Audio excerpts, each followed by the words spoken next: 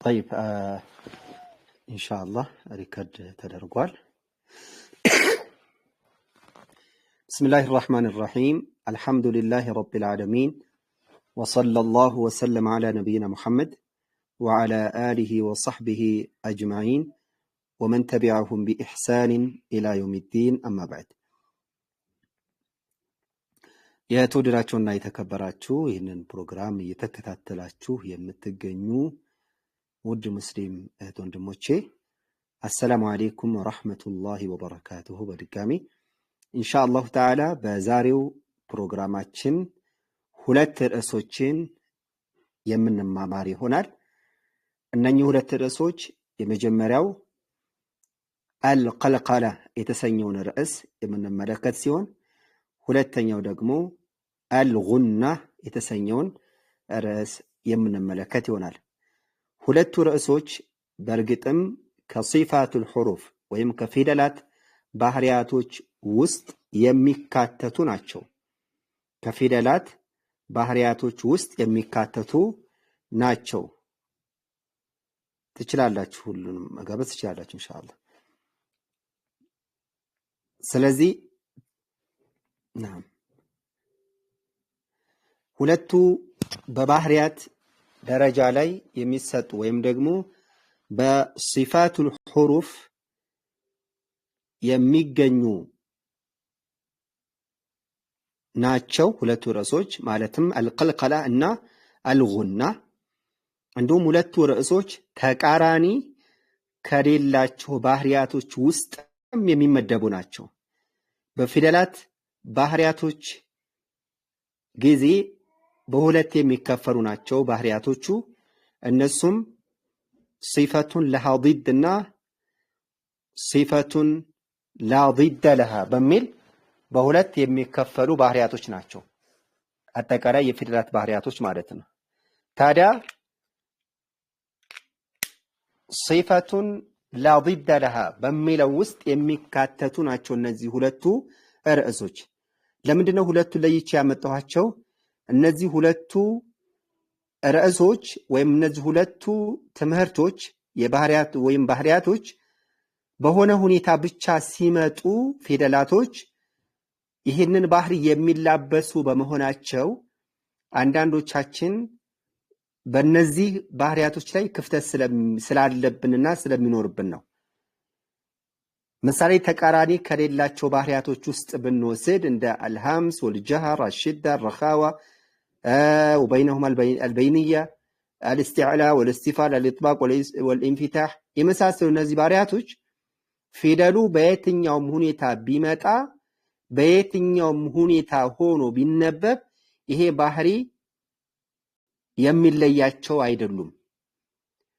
ሌሎችንም ስንመጣ ምሳሌ እንደነ አሶፊር ብንመጣ እንደነ አተክሪር አተፈሺ አልእስቲጣላ የመሳሰሉ ባህሪያቶችን ስንወስድ ደግሞ በየትኛውም ሁኔታ ቢመጡ ይህንን ባህሪ ተላብሰው ነው የሚነበቡት። ያለዚህ ባህሪ ክፍተት ይኖርባቸዋል። ተቃራኒ ከሌላቸው ባህሪያቶች ውስጥ ቀደም ብዬ የጠቀስኳቸው የተወሰኑ ባህሪያቶች አሉ። ከነዚህ ውስጥ ደግሞ እንደ አልቀልቀላ፣ እንደ አሊን፣ እንደ አልጉና የመሰሉ ባህሪያቶች ደግሞ በሆነ ሁኔታ ሲመጡ ብቻ ተግባራዊ የሚደረጉ ናቸው። ስለዚህ ከአልቀልቀላ ነው የምንጀምረው። ማሁ አልቀልቀላ፣ ቀልቀላ ምንድን ነው? ምን ማለት ነው ከሚለው እንጀምራለን። ቀልቀላ ማለት እስክሪን ላይ እንደምትመለከቱት መጽሐፉ ላይ መርገብገብ ወይም እርግብግብታ የሚል ትርጓሜ ይኖረዋል። ወይም የአለመረጋጋት ሂደት፣ አንድ ቦታ ላይ አይቀመጥም፣ ስትሉት ቶሎ የመመለስ ባህሪ ይኖረዋል። ወይም በአማርኛው መንጠርም ብለው ያስቀምጡታል። طيب ቀልቀላ ተቀልቀለቲል ቂድሩ ይላሉ።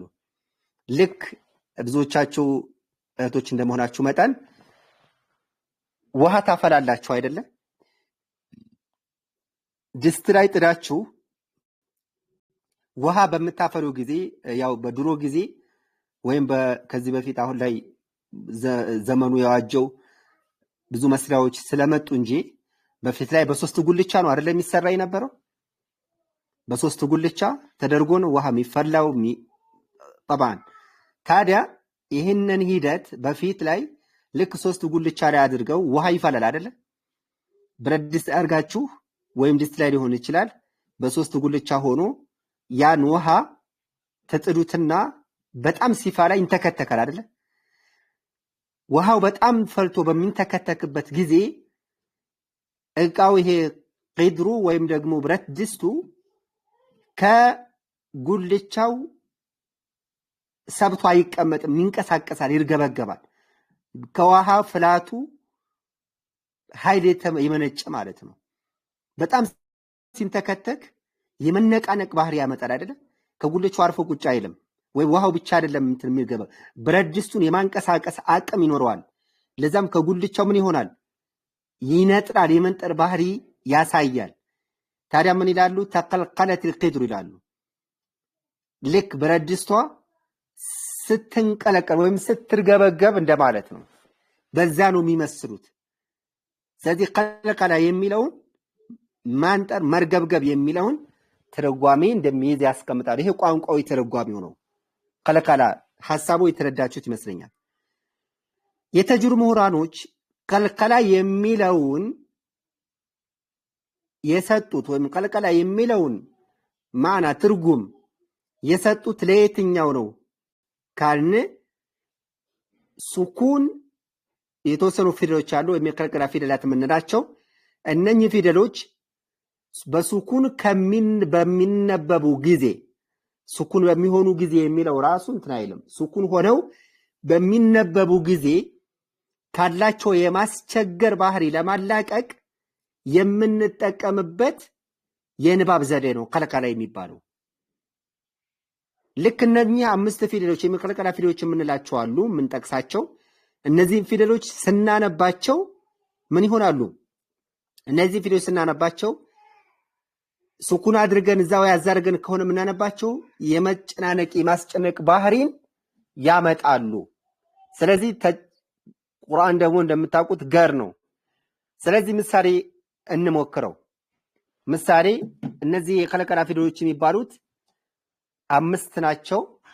ቁጥቡ ጀድ ብለን መያዝ እንችላለን። ቃፍ ጧ ባ ጂም ዳል፣ ቃፍ ጧ ባ ጂም ዳል እነዚህ ፊደሎች ናቸው። ምሳሌ ቃፍን ሱኩን አድርገን ብናነበው ልብ በሉ እንዴት እንደሚያስቸግር ማለት ነው። ቃፍን በሱኩን አንብቡት። ቀድማችሁ የየትኛውንም ፊደል አስገቡትና ማለት ነው። ወይም ደግሞ ሐምዛን ብዙ ጊዜ ምሳሌ የሚሰጠው በሐምዛ ስለሆነ በሐምዝ እንየው። ቃፍን ሱኩን አድርገን እናንብበው። አቅ እንደዚህ የሚመጣው አቅ ለምን? ቃፍ ጧ ባ ጂም ዳል ሸዲድ ናቸው። ድምፅ የመታፈን ባህሪ ያለባቸው ፊደሎች ናቸው። እሱን ኢንሻአላህ ወደፊት ይሄኛውን ገረፍ ብለን ከጨረስን በኋላ ወደ መኻሪጅና ሲፋ ስንመጣ ጠለቅ ያለ የሆነ ትምህርት እንወስዳለን ኢንሻአላህ። ይሄኛው ግን እንዲሁ ቀለል አድርጋችሁ እንድትይዙት ነው። ሸዲድ የሚባል ባህሪ ያላቸው መኽረጁ ሙሉ በሙሉ በመዘጋቱ ምክንያት ትንፋሽ ወደ ውጭ እንዳይወጣ የሚያደርግ ነው፣ ወይም እንዳይወጣ መሆን ነው። ይሄ የፊደሎቹ ባህሪ ነው። መታገት ነው። ድምፅ ወደ ውጭ አይወጣባቸውም። ታዲያ ሱኩን ሆኖ ሲነበቡ ይበልጥ ያፍናል። በጣም ብርቱ ይሆናሉ። በጣም ያስቸግራሉ። ምሳሌ ስናነበው አብ ያዝ ነው የሚለው። አብ ጧን ስናነበው ባን ስናነበው አብ ያዘርጋችን ምስትሉም እንደሚሆነው ፍንንም ያደርጋቸው አይደለ? አጅ ልክ እንደዚሁ ዳልም አጅ ምሳሌ ወማ ከሰብ ያዛርግ ነው የምናየው። ልክ የማስቸገር የማጨናነቅ ባህሪ አለው። ይህንን ባህሪ ለማስለቀቅ ይህንን ባህሪ ገር ለማድረግ ቀለል ብሎን ማንበብ እንችል ዘንድ ለማድረግ ምን ይጠቀማሉ? ቀልቀላ። እነዚህ ፊደሎች ሱኩን ሆነው በሚነበቡ ጊዜ ያላቸውን የማስቸገር ባህሪ ለማስቀረት የምንጠቀምበት የንባብ ዘዴ ነው ቀልቀላ ማለት። እነዚህ ፊደሎች ቀልቀላ ተደርገው የሚነበቡት በሱኩን ሆነው ሲነበቡ ብቻና ብቻ ነው። ብዙ ጊዜ ቀልቀላ ደረጃዎችና ቀልቀላተል ኩብራ ሱግራ ውስጧ እያሉ ይመጣል። ይሄ ልክ አይደለም። ቀልቀላተል ኩብራ ወቀልቀላተል ሱግራ ፈቀጥ ኩብራና ሱግራ በሚል ደረጃቸው ከፍ ያለና ደረጃቸው ዝቅ ያለ የሆነ የመንጠር ደረጃቸው ማለት ነው። ስለዚህ ወደ መጀመሪያው ስመለስ ቀልቀላ ማንጠር ነው ካልን እነዚህ ፊደሎች በሱኩን ሲነበቡ እፍና አድርገን ያዝ አድርገን መቆየት ሳይሆን ወይም ደግሞ ማለፍ ሳይሆን ፊደሎቹን ቶሎ ዝግት አድርገን መመለስ። ምሳሌ አቅ በሚለው ፋንታ አቆ ቶሎ ብለን ደርሰን ቶሎ መመለስ። ልክ ኳስን መሬት ላይ አስነክተን ስንመለሰው እንደተሚሆነው ቶሎ ነጥሮ ይመለሳል አይደለ? ልክ እንደዚያ ማለት ነው። አንጥረን እንመልሳቸዋለን። ቋንም እንደዛው አቆ፣ ባንም እንደዛው አብ፣ ጅምንም እንደዛው አጅ፣ ዳልንም እንደዛው አድ። በዚህ መልኩ እናነበዋለን። አያችሁ አይደለ? ይሄ ነው ቀልቀላ የሚባለው አንጥረን የምናነበው የንባብ ሂደት ማለት ነው። ስለዚህ የሚነጥሩት ለምን ምን ሲሆኑ ነው? ሱኩን ሆኖ ሲነበቡ ነው። ልብ በሉ፣ ሱኩን ሆኖ ሲመጡ አይደለም ያልኩት፣ ሱኩን ሆነው ሲነበቡ። ለምንድን ነው ይሄን ያልኩት? ሱኩን ሆነው የሚነበቡ ሙተሐሪክ ሆነው ፊደሎቹ እነዚህ ፊደሎች ሙተሐሪክ ሆነው በእነሱ ላይ ስናቆም ወደ ሱኩንነት ይቀየራሉ። ያንንም ስለሚጨምር ነው። ዋቢያ ጀማ። ስለዚህ ቀልቀላ የሚባለው እነኚህ ፊደሎች በሱኩን ሲነበቡ ይሆናል ማለት ነው። ታዲያ በሁለት ነው የሚከፈለው የመንጠር ደረጃው። ወይም ስናነጥር በሁለት መንገድ ነው የምናነጥረው። ሁለት ደረጃ ነው ያለው። የመጀመሪያው ቀልቀላተ ሱግራ እንለዋለን። ሱግራ እንለዋለን። ቀለል ያለው የመንጠር ደረጃ ነው። ዝቅ ያለ የመንጠር ደረጃ ነው። ይሄም ዝቅ ያለ የመንጠር ደረጃ የምንለው በቃል መካከል ሆኖ ሲመጣ ነው። መቼ ነው? በቃል መካከል ሆኖ ሲመጣ ነው። ምሳሌ መውሰድ እንችላለን። ምሳሌ እዚህ ላይ እንደምትመለከቱ ስክሪን ላይ ፈሰውፈ ዩበሲሩን ይላል አይደል እንዴ? ፈሰውፈ ዩበሲሩን የሚለው ጋር ሐርፈል ባ ሳኪን ነች አይደል? እንዲሁም ሐርፈል ባ በቃል መካከል ያገኘናት አይደል? ዩበሲሩን የሚለው ከሊማ ነው። በዚህ ከሊማ ውስጥ ነው የምትገኘው ባ ሱኩን። ኢዘን የመንጠር ደረጃዋ ዝቅተኛ ነው ወይም ሱግራ ይሆናል። የድኹሉነ ሱረቱ ነስር የድኹሉነ ብለን ስናነበው ምን ይሆናል? የመንጠር ደረጃው ዝቅተኛ ይሆናል ማለት ነው። ይሄም ቀልቀላ ተደርጎ ይነበባል። ሁለተኛው ቀልቀላተ ኩብራ የምንለው ነው። ቀልቀላተ ኩብራ የምንለው ይሄ ደግሞ መጨረሻ በሱኩን ስናነበው ነው። መጨረሻ ስናነበው ፊደሉ በሸዳ ይቁምም በሱኩን ይቁምም በቃል መጨረሻ ላይ ሆኖ በዚህ በቀልቀላ ፊደሎች ላይ የምንጨርስ የምናቆም ሲሆን የሚኖረው የመንጠር ደረጃ ምን ይሆናል? ከፍ ያለ ይሆናል ወይም ኩብራ ይሆናል። የመንጠር ደረጃው ምን ይሆናል? ኩብራ ይሆናል ወይም ከፍ ያለ ይሆናል። ምሳሌ እንውሰደው። ሱረቱ ተውባ አንቀጽ 19 ላይ ልክ ስክሪን ላይ እንደምትመለከቱት በሸዳ ላይ ነው የሚያቆመው። አጀዐልቱም ሲቃየተል ሐጅ በዚህ መልኩ ይነበባል። አልሐጅ ስናቆም ማለት ነው።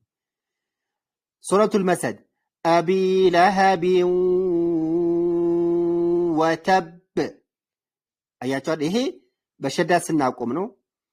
ሁለተኛ በሱኩን ብቻ ስናቆም ደግሞ ሱረቱ ፉሲለት አንቀጽ 54 ላይ ቢኩሊ ሸይኢን ሙሒጥ ሐብሉን ሚን መሰድ አያችሁ አይደል? ይሄ በቃል መጨረሻ ላይ የቀልቀላን ፊደል ስናነበው የሚኖረው የመንጠር ደረጃ ነው። ኢዘን በሁለት ይከፈላሉ ስንል በቃል መጨረሻ ላይ ወይንም በቀልቀላ ፊደሎች ላይ የምናቆም ሲሆን የመንጠር ደረጃው ምንድነው? ዝቅተኛ ነው ወይስ ከፍተኛ? ከፍተኛ ነው አይደለ? በቃል መካከል ላይ ሆነው በሱኩን ስናነባቸው ደግሞ የመንጠር ደረጃቸው ምንድነው? ዝቅተኛ ይሆናል። ስለዚህ የመንጠር ደረጃው መጨረሻና እንዲሁም መካከል ሲመጡ የሚኖራቸውን የመንጠር ደረጃ እኩል ለማድረግ መጣር የለብንም። መካከል ከሆነ የተነበቡት ወይም በቃል መካከል ላይ ሆኖ መጥተው ከሆነ በሱኩን ያነበብናቸው የሚኖረው የመንጠር ደረጃ ዝቅ ያለ ይሆናል። ላኪን መጨረሻ ላይ ወይም አኺረል ከሊማ ከሆነ አግኝተናቸው በዛ ላይ ከሆነ ያቆምነው ወይም በእነዚህ በቀልቀላ ፊደሎች ላይ ሱኩን አድርገን ከሆነ የምናቆመው የመንጣት ደረጃቸው ከፍ ያለ ይሆናል። ልክ ደመቅ ያለ ወይም ደግሞ ጎላ ያለ ይሆናል ማለት ነው። ይሄ ነው ቀልቀላ ማለት ባጭሩ። ግልጽ ይሆንላችሁ ይመስለኛል ኢንሻአላሁ ተዓላ። ስለዚህ አልቀልቀላ ከነዚህ ከሁለቱ ውጭ ሌላ የተለየ ነገር የለውም ማለት ነው። ስለዚህ ጥያቄ ካላችሁ ቀጥሉና ወደ ቀጣዩ እንድንሄድ። ስለዚህ ቀልቀላ ይሄ ነው ባጭሩ። ማንጠር ነው። አንጥረን ቶሎ መክረጁን ዝግት አድርገን ቶሎ መመለስ ማለት ነው። እንደነገርኳችሁ እነዚህ 5 ፊደሎች እነዚህ 5 ብቻም አይደሉም አጠቃላይ 8 ናቸው። ከነዚህ ከ8 ውስጥ ግን እነዚህ 5ቱ ፊደሎች ይበለጠ በጣም ስለሚያስቸግሩ ስለሚያስጨንቁ ለማንበብ ያንን የማስቸገር ባህሪያቸውን ለማስለቀቅ የምንጠቀምበት የሆነ የንባብ ዘዴ ነው ቀልቀላ የምንለው። ሽዳ የሚባል ባህሪ ያላቸውና ነው። ይሄ ሽዳ የሚባለው ባህሪ መኽረጁ ዝግት በማለቱ የነዚህ ፊደሎች መኽረጃቸው ስለሚዘጋ ሙሉ በሙሉ ወደ ውጭ የሚወጣ ድምጽ የለም። በዚህ ምክንያት ድምጽ ይታገታል። ለምን? መኽረጁ ዝግ ስለሆነ። በዚህ ምክንያት ታዲያ ምን ይሉታል? ሸዲድ ይሉታል። ብርቱ ነው። በጣም የታፈነ ስለሆነ ማለት ነው። ከዚሁ ጋር ተያይዞ በሱኩን ሲነበብ ደግሞ ወደ ውጭ አይወጣም ድምጹ። ማዕዛሊክ ደግሞ ታፍኗል። እንደዛ ሲሆን የበለጠ ደግሞ ሱኩን ሲነበብ የበለጠ የማስቸገር ሂደቱ ከፍ ይላል። ለምንድነው ሙተሐሪክ ሆኖ የቀልቀላ ፊደል ካለ ለምንድነው ሙተሐሪክ ሆኖ ቀልቀላ ያላደረግነው የሚል ጥያቄ ልታነሱ ይችላላችሁ። በጣም ጥሩ ጥያቄ ነው። እነኚህ ፊደሎች ሙተሐሪክ ሆኖ ሲመጡ ያ የማስቸገር ባህሪያቸው ይለቃል። ሌሽ ፈትሐ በሚሆንበት ጊዜ ስለሚከፈት ያ የማስቸገር ባህሪው በፈትሐ ባህሪ ተቀረፈ። ከስራ ሲሆን ይከፈታል፣ ይቀረፋል። ضማ ሲሆን በضማ ባህሪ ሲነበብ ይቀረፋል። ሱኩንሳ እዛው በመኽረጁ ነው፣ እንቅስቃሴ አይቆራኘውም። አያችሁ አይደለ?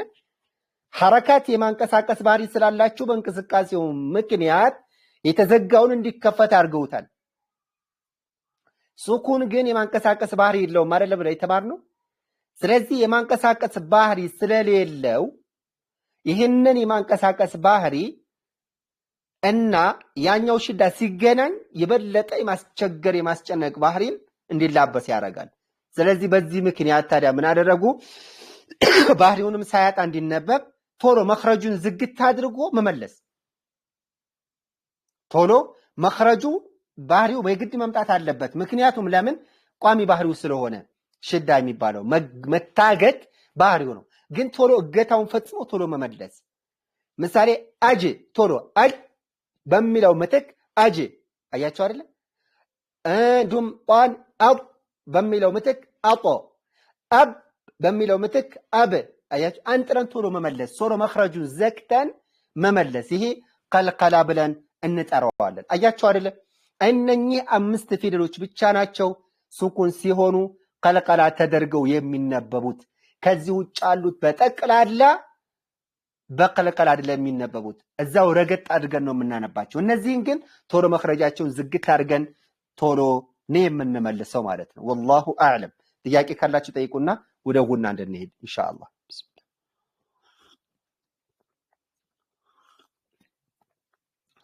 ጥያቄ ካላችሁ ቀጥሉ።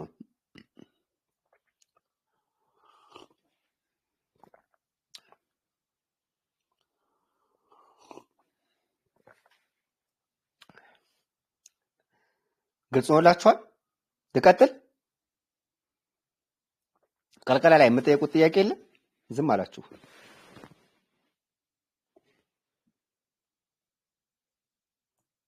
እጃወታችሁ መጠየቅ ፈልጉት።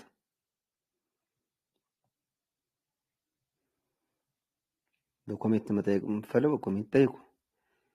እጃወታን ነው መጠየቅ ፈልጉ ካላችሁ ደግሞ እጃችሁ አውጡ፣ ችግር የለም። በድምጽ መጠየቅ ትችላላችሁ ኢንሻአላህ።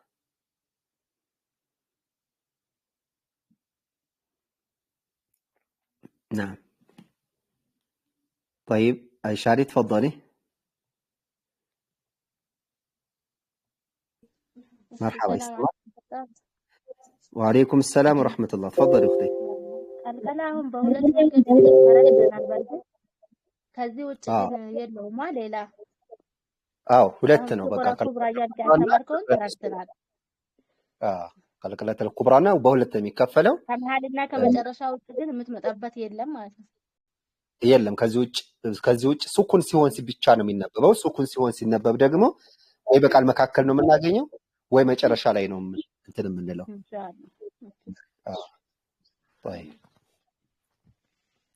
طيب ጥያቄ ካላችሁ ጠይቁ ኢንሻአላህ። ምዝገባ መቼ ነው የምትላላችሁ? ምዝገባ እያካሄድን ነው። መመዝገብ ትችላላችሁ ከላይ በተላኩ አድራሻ። እሺ የኔ ጥያቄ አለኝ። ሙኻሊድ ተፈضلي اختي ጥያቄ ካላችሁ መጠየቅ ትችላላችሁ። ጥያቄ መጠየቅ ትችላላችሁ። እጃችሁን አውጡ፣ ከፍተላችኋለሁ ድምፁ። አሊያም ደግሞ በኮሜንት መጠየቅ ትችላላችሁ ኢንሻአላህ።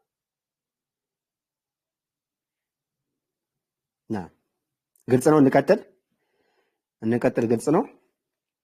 ያው ለእናንተ ነው እንትን የምለው። ግልጽ ከሆነ ልቀጥል ኢንሻአላህ። ጻፉልኝ።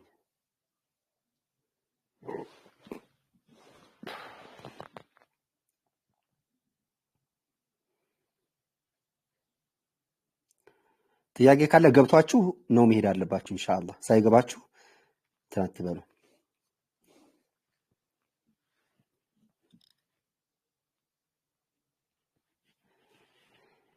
እሱን ነው የተማርነው እኮ እህቴ ሙኻሊድ። ጥያቄ አንድ ቀልቀላ ፊደል ማቆሚያ ላይ ቢመጣ የምናቆመው አንጥረን ነው ወይ የሚል ነገር ነው። እሱን ደግሞ እኮ አሁን ያየነው እኮ ነው።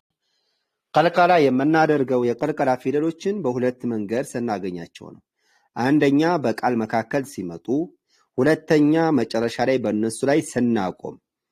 በመቃል መካከል ላይ ከሆነ የሚመጡት የመንጠር ደረጃቸው ዝቅ ያለ ነው ቀልቀላ የሚደረጉ ቢሆን طيب ስለዚህ ወማ ከሰብ ስንል በቃል መጨረሻ ላይ ነው ያነበብነው። ይሄ ቀልቀለተ ኩብራ ይባላል። አማ ቀልቀለተ ሱግራ ሐብሉን ሚመሰል ስትሉ አሁን ለምሳሌ ሐብሉን በመካከል ላይ ያገኘናት በሱኩን ነው የተነበበችው።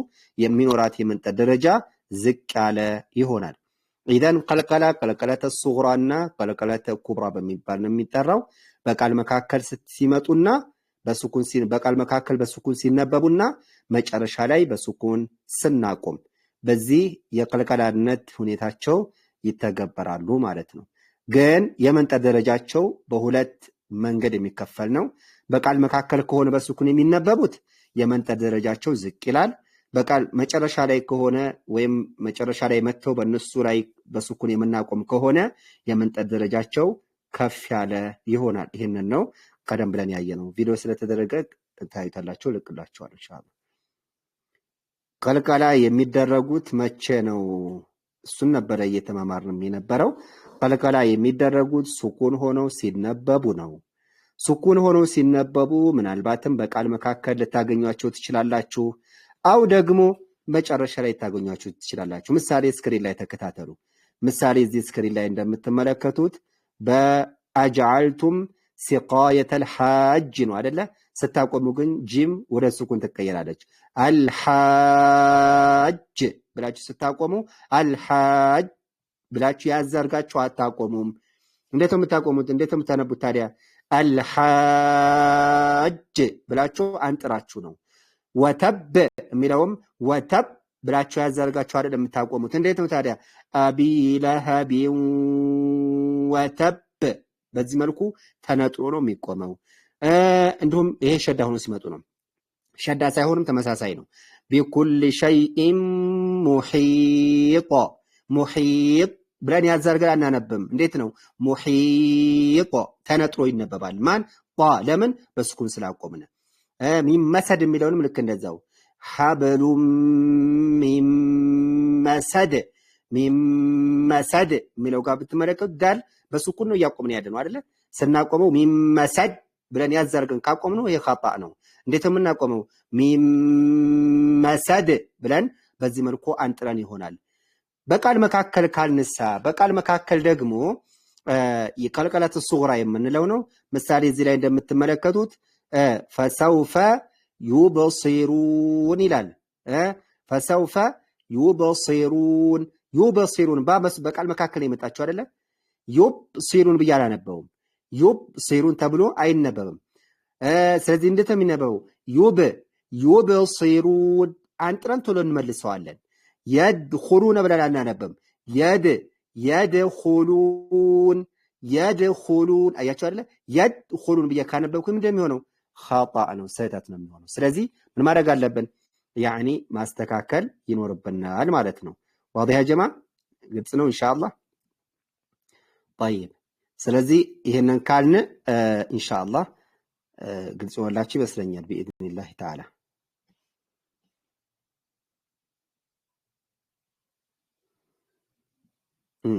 ጥያቄ ካላችሁ መጠየቅ ትችላላችሁ። ግልጽ ወላችሁ ኢንሻአላህ። እንቀጥል ስለ ቀልቀላ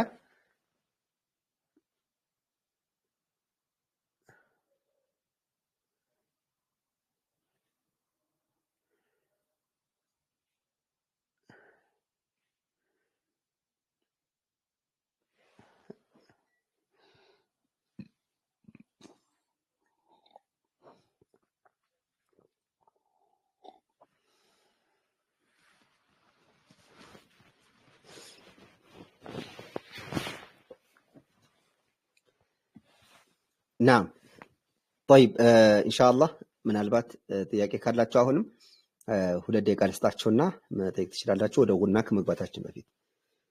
ጉና ከመግባታችን በፊት ኢንሻአላህ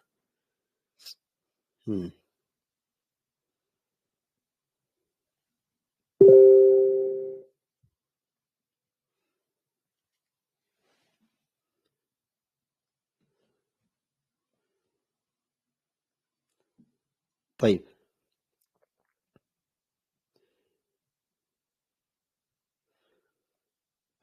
مرحبا ان شاء الله እንቀጥላለን። جزاكم الله خيرا። እሺ ጥያቄ ያለ አይመስለኝም።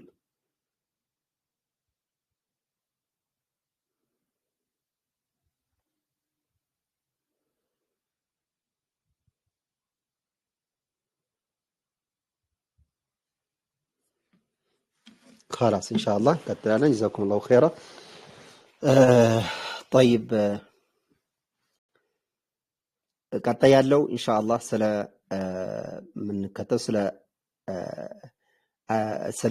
ጉና ነው።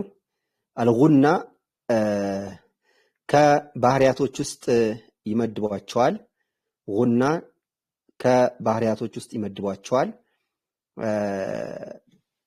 الإمام ابن الجزري رحمة الله عليه ጀዘሪያ በተሰኘው ኪታባቸው ላይ የጠቀሱት ባይሆንም ነገር ግን በሌሎች ኪታቦቻቸው ላይ እንደሰፈረ የተጅር ምሁራኖች ያብራራሉ።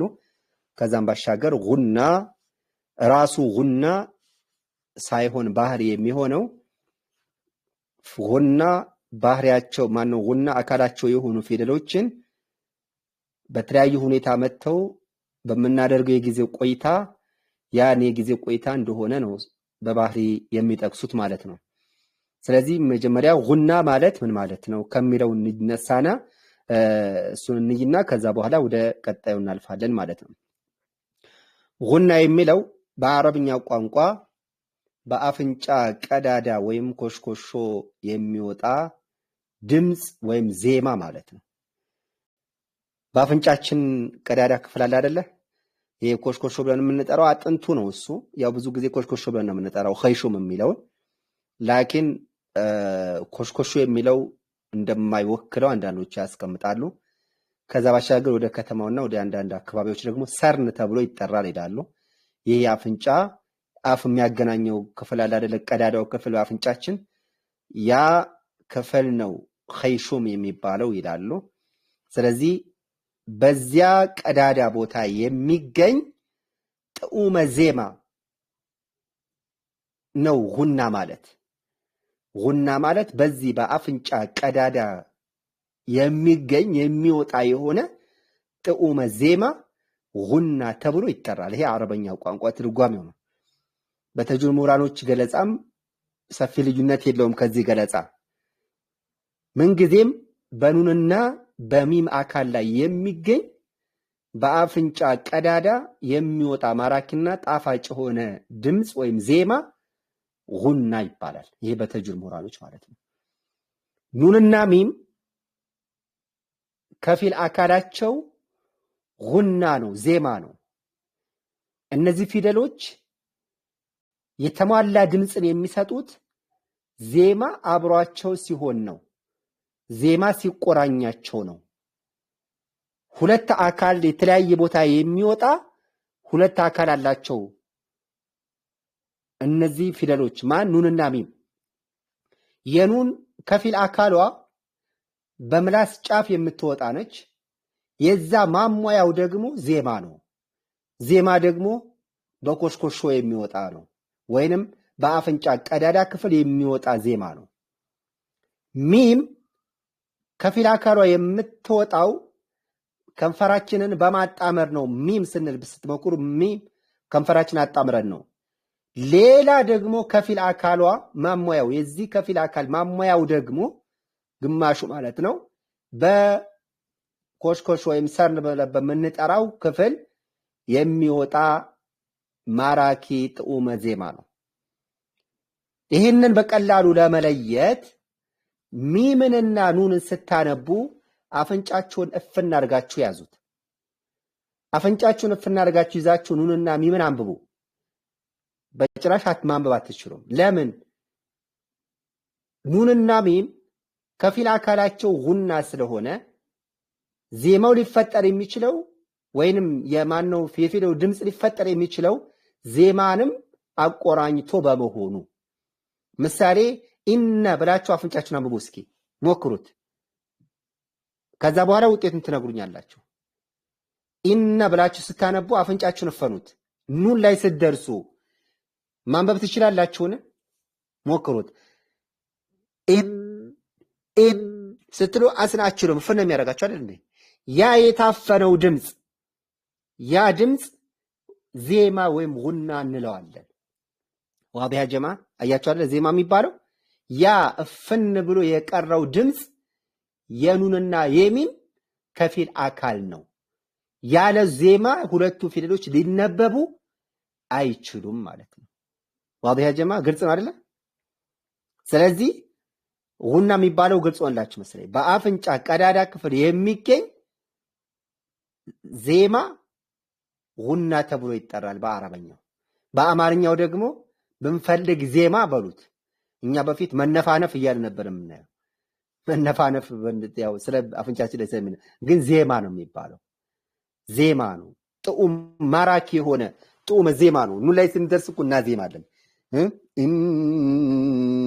ብዙ ጊዜ እዚህ ላይ ነው ዜማ ላይ የተወሰነ የፈለጉትን ድምፅ ቅላጼ መጠቀም የሚችሉት ብለው የተጅሩ ምናቸው የሚያስቀምጡት። ከዛ ውጭ መሳቢያ ላይ ምናምን እሱን አይፈቅዱትም።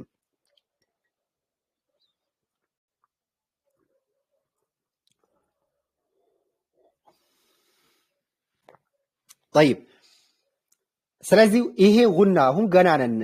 ስለ ጉና ምንነት ነው የተረዳችሁት። አሁን ኑንና ሚም ግማሹ አካሏ ምንድነው አልን? ግማሹ አካላቸው ጉና ነው፣ ዜማ ነው። ታዲያ ዛሬ የተፈለገው ምንድነው ካልን የተጅዊድ ምሁራኖች ዜማ ባህሪ የሚሆነው ደረጃው እንደሆነ ይገልጻሉ ይላል። ምን ማለቱ ደረጃው ሲባል? ደረጃው ሲባል ኑንና ሚም ጉናቸው ሙሉ የሚሆንበት እንዲሁም መካከለኛና ዝቅተኛ የሚሆንበት ሁኔታ ያለ ሲሆን ይህን ደረጃ ባህሪ ወይም ሲፋ መሆኑን ያስረዳሉ ይላል። እኔ ቀላል አድርጌ አስረዳችሁ። እዚህ ላይ ጉና ወይንም ዜማ ለነዚህ ለኑንና ለሚም ከፊል አካላቸው ነው አልን። ለኑንና ለሚም ምናቸው ነው አልን? ከፊል አካላቸው ነው አልን። አካል ከሆነ ሲፋ ሊሆነ ባህሪ ሊሆን አይችልም አይደል እንዴ? በጣም ጥሩ። ታዲያ ምንድነው እዚህ ዜማ የተፈለገው አልን? ኑንና ሚም ፈታ ሆኖ ይመጣሉ፣ ሸዳ ሆኖ ይመጣሉ፣ ሙታሪክ ሆኖ ይመጣሉ፣ ሸዳ ሆኖ ይመጣሉ፣ ሱኩን ሆኖ ይመጣሉ። طيب ስለዚህ እነዚህ በዚህ ሁኔታ ሲመጡ ጉናቸው ዜማቸው አሁን ለምሳሌ ኑንና ሚም ሙተሐሪክ ሆነው ሲመጡ የሚኖራቸው የጊዜ ቆይታ ጉናውን ዜማውን ግልጽ ማድረግ ስላለብን፣ ሱኩን ሆነው ሲመጡ ወደሚቀጥለው ፊደል ሙድገም ሆነው ሲመጡ ወይም ሸዳ ሆነው ሲመጡ እንዲሁም ደግሞ ማነው ከስራ ሆኖ ሲመጡ የሚኖራቸው የጊዜ ቆይታ የተለያየ ይሆናል። የሚኖራቸው የጊዜ ቆይታ ምን ይሆናል? የተለያየ ይሆናል። ታዲያ ይህንን የጊዜ ቆይታ ሲፋ ብለው ይጠሩታል። ለዛ ነው ኑንና ሚም ሸዳ ሆኖ ሲመጡ የሚኖራቸው የጊዜ ቆይታ ሌሎች ፊደሎች ሸዳ ሆኖ እንደሚነበቡት አይደለም። እዚህ ላይ የሸዳ የጉና ደረጃዎችን ማየት እንችላለን። አንደኛ ከፍተኛ የሆነ የጊዜ ቆይታ የሚኖራቸው እነዚህ ፊደሎች ምን ሲሆኑ ነው? ሸዳና ወደሚቀጥለው ፊደል ሙድገም ሲሆኑ ነው። ያኔ ተመሳሳይ ሸዳ ሲሆኑ ነው። ምሳሌ ሚነል ጂነቲ አው ደግሞ ወናስ ኑን ምንድነው የሆነው? ሸዳ ነው አይደለ? ፈአማ መን ሱረቱል መሰድ ሐብሉም ሚን መሰድ ሱረቱል ሁመዛ ኢነሃ ዐለይሂም ሙዕሰደ። በዚህ ሁኔታ ኑንና ሚም ሸዳ ሆነው ሲነበቡ ከፍተኛ የሆነ የጊዜ ቆይታ ይደረግባቸዋል፣ ወይም ደረጃ አንድ ላይ የሚቀመጥ ይሆናል የጊዜ ቆይታቸው ማለት ነው። ያኔ ረዝም የሆነ የጊዜ ቆይታ ነው እዚህ ቦታ ላይ የምናደርገው። ሁለተኛው ኢኽፋ ሲሆኑ ነው። ኢኽፋ በሚሆኑበት ወደሚቀጥለው ፊደል ሲሸሸጉ የሚኖረው የጊዜ ቆይታ ጉናው ላይ ደረጃ ሁለት ላይ ይሆናል። ምሳሌ ተርሚሂም ቢሒጃራ አው ደግሞ ሚን ሲጂል። ቶሎ ብለን ተርሚሂም ቢሒጃረቲን አው ደግሞ ሚን ሲጂል ተብሎ አይነበብም። ላ ጉናው ላይ ምን ማድረግ አለብን? ቆየት እንለዋለን። ወከእሰን ዲሃቆ ወከእሰን ዲሃቆ አይባልም። ወከእሰን ዲሃቆ አሁን ጉናው ላይ ምን አድርጌያለሁ? የጊዜ ቆይታ አድርጌያለሁ አላደረኩም? አድርጌያለሁ። ይሄ ደረጃ ሁለት ላይ የሚቀመጥ ነው። ሶስተኛ ሱኩን ሆኖ ሲመጡ ነው። ሶስተኛ ሱኩን ሲሆኑ ሲመጡ የሚኖራቸው የጊዜ ቆይታ ምን ይሆናል? ሶስተኛ ደረጃ ይቀመጣል። አለም የጅዐል ከይደሁም ፊ ተድሊል ሚን ኸውፍ። አራተኛ ሙትሐሪክ ሆኖ ሲመጡ ነው። ቁል ቢእሰ ማ የእሙሩኩም ቢሂ ኢማኑኩም ኢን ኩንቱም ሙእሚኒን። ሙትሐሪክ ሲሆኑ ደረጃ አራት ላይ ይቀመጣሉ። አሁን ጉናው በተለያየ ሁኔታ ሲመጣ ማለትም እነዚህ ፊደሎች በተለያየ ሁኔታ ስናገኛቸው ሸዳ ሆኖ ሲመጡ፣ ኢኽፋ ሆኖ ሲመጡ፣ እንዲሁም ደግሞ ኢዝሃር ሆኖ ሲመጡ፣ ሙትሐሪክ ሆኖ ሲመጡ የሚኖራቸው የጊዜ ቆይታ ደረጃው እንደተመለከታችሁት ነው። ታዲያ እኔ ዛሬ የፈለግኩትና ዋነኛው ነገር ኑንና ሚም ሸዳ ሆነው በሚመጡ ጊዜ የሚኖራቸውን የጊዜ ቆይታ ነው። እዚህ ላይ ኢኽፋ ሲሆኑም ኢዝሃር ሲሆኑም ሙትሐሪክ ሲሆኑም ጉና የጊዜ ቆይታ አላቸው፣ ምንም እንኳ ደረጃው ቢለያይም። ይህንን የጊዜ መለያየት ይህንን ደረጃ አራዳ ለዛ ሲፋ ብለው ይጠሩታል። ሲፋ ባህሪያቱ ነው። ኑንና በእነዚህ ሆኖ ስናገኛቸው ግደት ነው።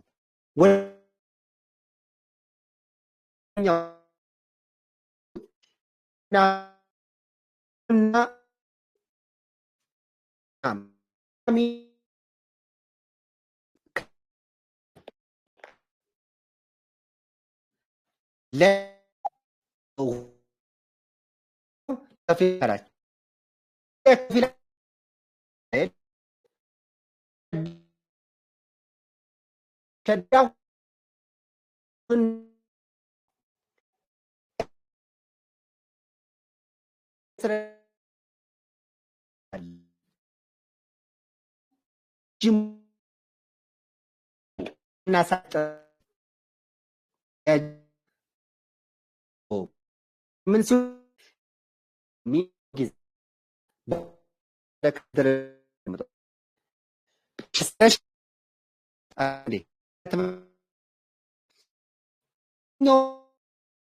ሆኖ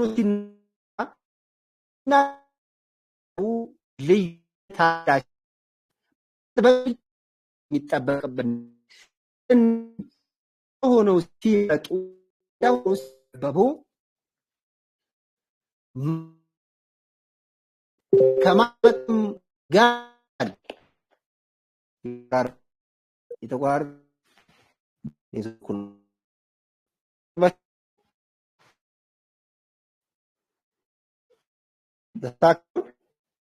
ወይ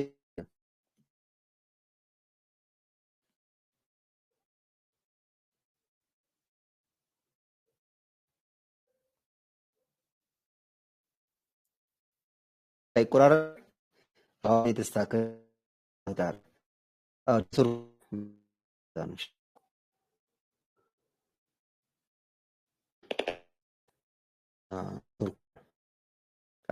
ይሰማል። ይሰማል። ልቀጥል ኢንሻአላህ።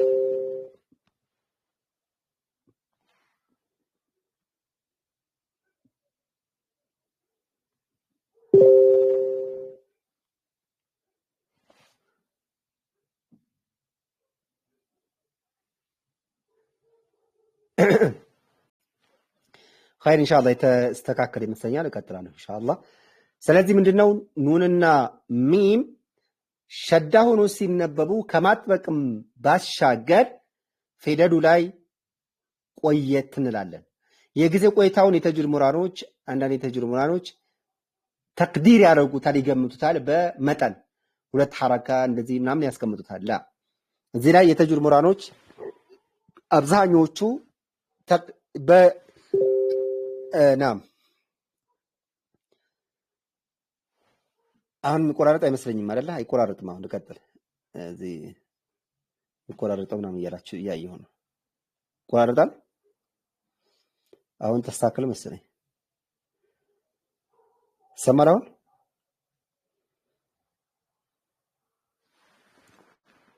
ይሰማል። መርሐባ። እሺ እቀጥላለሁ ኢንሻአላህ። ኢዘን ኑንና ሚም ሸዳ ሆኖ ሲመጡ ወይም ሸዳ ሆኖ ሲነበቡ ማጥበቅ ብቻ በቂ አይደለም። ምንድነው የሚደረገው? የጊዜው ቆይታም ያስፈልጋቸዋል። ምሳሌ እዚህ ላይ መጀመሪያው ምሳሌ ላይ እንደሚያመላክተው እዚህ ላይ እንደምትመለከቱት ሚነል ጂነቲ የሚለው ጋር ብትመለከቱት እንደሚለው ሚነል ጂነቲ የሚለው ጋር እንደሚሆነው ሚነል ጂነቲ ወናስ ብዬ አጥብቄ ማንበብ ብቻ በቂ አይደለም እና እንዴት ነው የሚሆነው? ሚነል ጂነቲ ወናስ ጥብቅ አድርጌ መቆየት አለብኝ። ሚነል ጂን ብዬ መቆየት አለብኝ። ይሄ ጊዜ ቆይታ ደግሞ የሚገመተው የንባቡን ፍጥነት መሰረት ያደረገ የሆነ ነው። ምሳሌ የንባብ ፍጥነት ደረጃው መካከለኛ ከሆነ ያንኑ የመካከለኛ ፍጥነቱን መሰረት ያደረገ የጊዜ ቆይታ የሚያደርገው ያኔ የንባብ ፍጥነቱ ዝግ ብሎ በጣም ወይም ቀስ እያለ እያነበበ በዝግታ እያነበበ ነገር ግን ኑን እና ሚም ሸዳን ሲያነብ በሁለት ሐረካ ገድቦ የሚያነብ ከሆነ አይመጣጠንም፣ ንባቡ ጋር አይሄድም። ስለዚህ ምንድን ነው የሚሆነው? የንባብ ፍጥነቱ ጋር ምን መሆን አለበት? እኩል መሆን አለበት። ስለዚህ የንባብ ፍጥነቱ ቸኮል ያለ ከሆነ በዛው በቸኮል ባለው፣ እንዲሁም ደግሞ ዝግ ያለም ከሆነ ከዳሊክ ዝግ ብሎ፣ መካከለኛም ከሆነ በመካከለኛ ፍጥነቱ መሰረት ያደረገ የጊዜ ቆይታ ነው የምናደርገው። በሐረካ ወይም ደግሞ በሆነ መጠን የተገደበ አይደለም። ይህንን ነው አብዛኛው የተጅዊድ ምሁራኖች አቋማቸውን የሚያንጸባርቁት ማለት ነው። ስለዚህ በዚህ መልኩ ምናምን ሌላውና እዚሁ ላይ ማየት ያለባችሁ ነገር ማጥበቅ መቆየት አንድ ትይዛላችሁ። ከዛው ጋር ግን ሌላ ተጨማሪ መሳቢያ ከመጣ ምሳሌ ወናስ ሚነል ጂነት የሚለው ኑን ሸዳ ብቻ ነው የመጣው። ልብ በሉ እዚህ ላይ ሚነል ጂነቲ ኑን ፈታ ቶሎታ ነው የምንሸጋግረው አይደል እንዴ? ነን ፈታ ከነበብን በኋላ ታዲያ ይህን ስናደርግ ሚነል ጂናቲ አይባልም። መቆየት ሲባል እንደዚህ አይደለም። ሚነል ጂነቲ ነው የሚባለው እንጂ ሚነል ጂናቲ ይሄ ቆይታ አይባልም። እየሳብነው ነው ተጨማሪ ነገር እያመጣን ይሄ ልክ አይደለም። ቆይታ የሚባለው ምንድነው? ጥብቅ አድርገን እዛው መቆየት ነው። ሚነል ጂን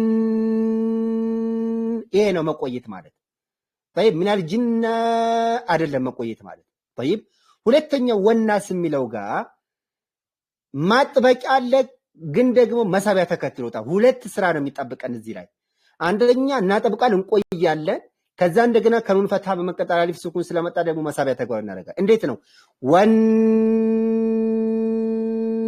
እንቆያለን እንደዚህ ብለን ከዛ በኋላ ና ብለን ደግሞ እንስባለን። ወናስ እያቸው አይደለ? አጥብቄ ቆይቻለሁኝ። እንደገና ለመሳቢያውን ደግሞ ተግባራዊ አድርጌያለሁ። ሁለት ስራዎችን ሸዳ ሳጠብቅ ያደረኩት የጊዜ ቆይታ አለ፣ መሳቢያ ስለመጣ ደግሞ ስቤያለሁ እንጂ ሁለቱም በአንድ ላይ አናረገውም። ወናስ አንልም። ወናስ ብለን ጥብቅ አድርገን ነው መሳቢያ አለብን። ሚነል ጂነቲ እንደዚህ መሳቢያ ካልመጣበት እዛው ላይ ጥብቅ አድርገን ነው የምናለፈው ቶሎ። ሚነል ጂነቲ ተብሎም አይነበብም። ዋضح يا جماعه። ስለዚህ በየትኛውም ሁኔታ ቢመጡ ኑንና ሚም ጠብቀው የሚነበቡ ከሆነ ልክ የንባባችሁን ፍጥነት መሰረት ያደረገ የጊዜ ቆይታ ማድረግ ይጠበቅባችኋል። ዋضح يا جماعه። ሚም አው ኑን ሸዳ ሆነው ፈታ ሊሆኑ ይችላሉ፣ ከስራ ሊሆኑ ይችላሉ፣ በማ ሊሆኑ ይችላሉ። ስናጠብቃቸው አጥብቀን ብቻ ማለፍ በቂ አይደለም፣ ቆየት ማለት አለብን። እንዲሁም ደግሞ መሳቢያ ካስከተሉ አጥብቀን ቆይተንም መሳቢያውን ደግሞ ተግባራዊ እናደርጋለን። ወላሁ ተዓላ አዕለም። የዛሬው ይሄን ነው። ስለዚህ ሸዳ ተደርገው የሚነበቡ ፊደሎች እንደሚነበቡት አይደለም ኑንና ሚም የሚነበቡት። ከኑንና ከሚም ውጭ ያሉ ሸዳ ሆኖ ሲመጡ ጥብቅ አድርገን ብቻ ነው የምናልፈው ቶሎ ብለን፣ የጊዜ ቆይታ አያስፈልጋቸውም። ኑንና ሚም ግን ሸዳ ሆኖ ሲነበቡ አጥብቀንም ቆይተንም ነው የምናነበው። طيب يا جماعه አጥብቀንም ቆይተንም ነው። ስለዚህ በዚህ ሁኔታ ላይ ተግባራዊ እናደርጋለን። ኢንሻአላህ የተሻለ ጥሩ የሆነ ቅራት እንዲኖራችሁ ይሆናል باذن تعالى። ግልጽ እንደሆነላችሁ ተስፋ አደርጋለሁ። ስለተቀረጸ ምናልባት ያለፋችሁ ድጋሚ እሱን ብታደምጡት የበለጠ ጥሩ ግንዛቤ ይኖራችኋል ብዬ አስባለሁ። ኢንሻአላህ የዛሬውን በዚሁ አጠናቀናል። ጥያቄዎቻችሁን እቀበላለሁ። ሪከርዱን አቆማለሁ ኢንሻአላህ እዚሁ። ባረከላሁ ፊኩም።